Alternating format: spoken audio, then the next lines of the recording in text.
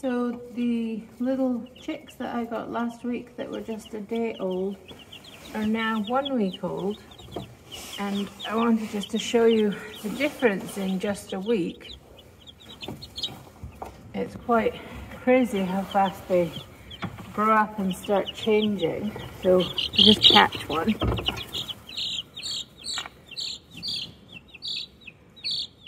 So you'll see already a size difference.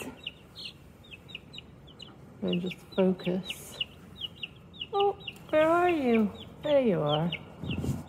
And then if you just look, you'll see that they're actually losing a little bit of their floof, and now they're getting in their wing feathers.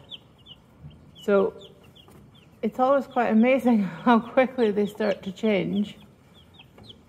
But they're all very happy and healthy so far, and we actually have temperatures 15 degrees last night, so they were all cozy and warm